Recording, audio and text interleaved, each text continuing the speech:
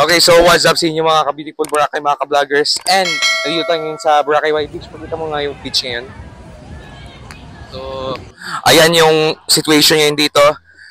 Ngayong weekdays.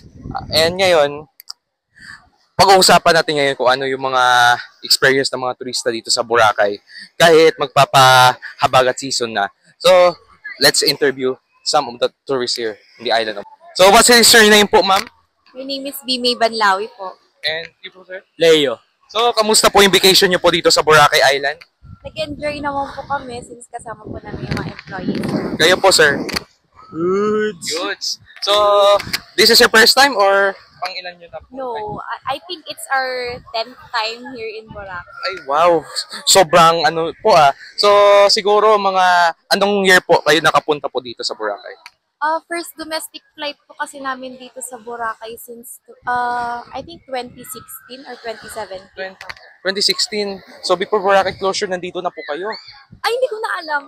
Yes, I guess. Yes. Yeah, po pala. Yes. So, what is your impressions here in Boracay po?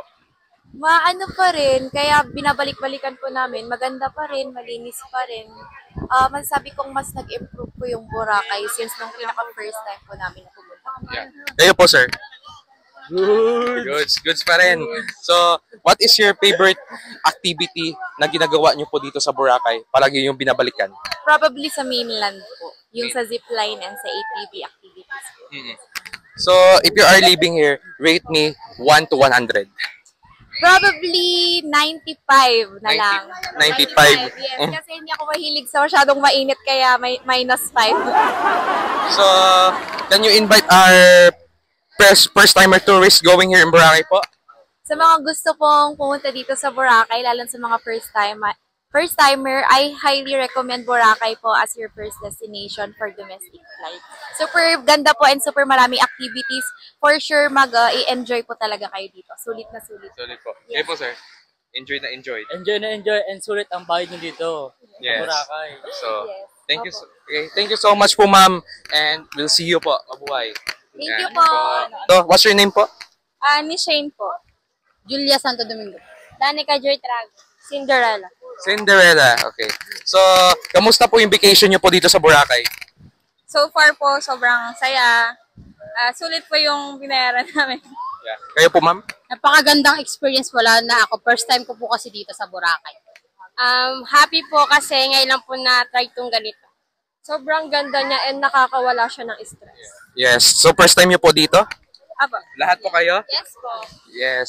So, yun. Surprise pa rin. Surprise. Maganda ng Bora. So, Boracay. Your first impression pagdating nyo po dito? Breathtaking. Yeah. Sobrang linis. Maganda po. Relaxing. Relaxing. So, pang ilang days yun na po dito? 3 days. 3 days na. Kaya na po, uwi nyo. Bukas po. Bukas na. So, sulitin nyo na po yung araw po dito sa Boracay. So, what is your favorite activity during your vacation here? Nakapag-activity na po ba kayo? Wala po kuya. First pa lang yung kayak. First pa lang kayak. So, how's your kayak po? Masaya kuya kahit mainit. Mainit. Maganda yung mga kuha ng mga kakaya. Maganda yung advice nila sa mga posts. Yes. Sobrang galing mag-picture. Sobrang galing. Mura pa. So, ano po masasabi niyo po sa Boracay and give me the rate from 1 to 100. Balikan. So, magkano i-rate niyo po? 100 over 10. 100. Amazing. 1 billion over 100. Babalik pa ako dito and 10%. Okay. 100% I shall return. I should it. Okay po. So, you can invite our fellow tourists here going to Boracay po, especially to our first-timers.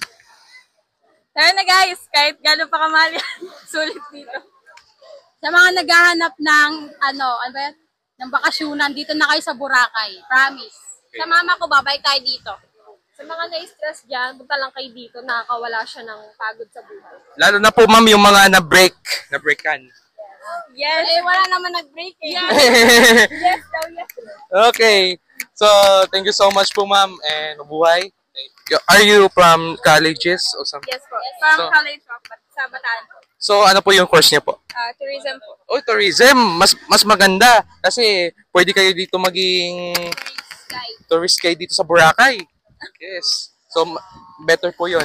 So, thank you so much po, ma'am. And sabay-sabay po tayo. 1, 2, 3. Mabuhay! Sitwasyon ngayon dito, walang gaanong bisita eh. Kasi itong Boracay kasi ano to, Magastos Island. Magastos Island ba talaga? Opo. Bakit mo naman sasabi na Magastos Island? Mahal lahat eh. Wala namang mura dito. Kahit kami mga local dito, bumabayad din kami ng mahal dito. Kaya talagang Magastos Island, boss. Kaya pala. So, ano masasabi mo sa mga turista pupunta dito sa Boracay? Masasabi ko lang, bumalik-balik sila rito kasi yun ang talagang kailangan. Kasi hindi kami mabubuhay dito kung walang turista. Opo. Okay, so ano masasabi mo dito sa Boracay ngayon? Dahil parang nagano yung turista ngayon because of the habagat season. Ngayon, so, ano natin yung halimbawa lang natin ngayon, parang lumot din siya, nawawala. So, yan siguro yung ano natin sa mga environmental. So, hindi lang natin maano yan kasi masyadong mataas. So, siguro bababa ka natin yan para masyadong maraming papasok dito sa Boracay. So, ano masasabi mo ngayon sa Boracay? Ayan po ay medyo tahimik. Pero sakto lang yung mga turista. Sakto lang yung turista. Saka, actually, wala lang kung nakita ng lumot, no? Wala nang lumot ngayon. Maganda na yung Boracay. Tingnan niyo po. Lapitan mo. Bitan. Siyempre. Grabe. Yung dagat ngayon, ha? Ang ganda. Maganda na yung dagat. Lalo pag habagat season, walang lumot po. Hindi masyado mainit.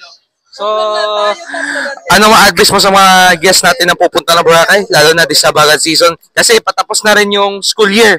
Kasi ngayon, siyempre habagat season, hindi na masyadong mainit yan. So, no worries po.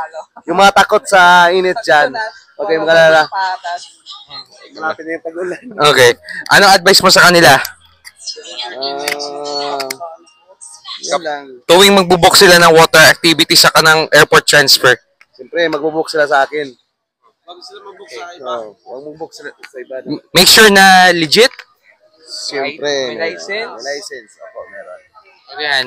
Yung ID. At saka, uniform ng travel agency. Triple R lang malakas. Okay. So, hanggang dito na muna tayo. Thank you. Thank you so much. Okay. So, hanggang dito na muna tayo mga ka-beautiful Boracay, mga ka-vloggers. And we will see you later again on our next interview again here in Boracay. So, thank you for watching. See you in the next vlog, mga ka-beautiful Boracay ka-vloggers. And don't forget to subscribe and hit the notification bell para manatili kayo updated dito sa Boracay Island, Philippines. So, hanggang muna. See you in the next video.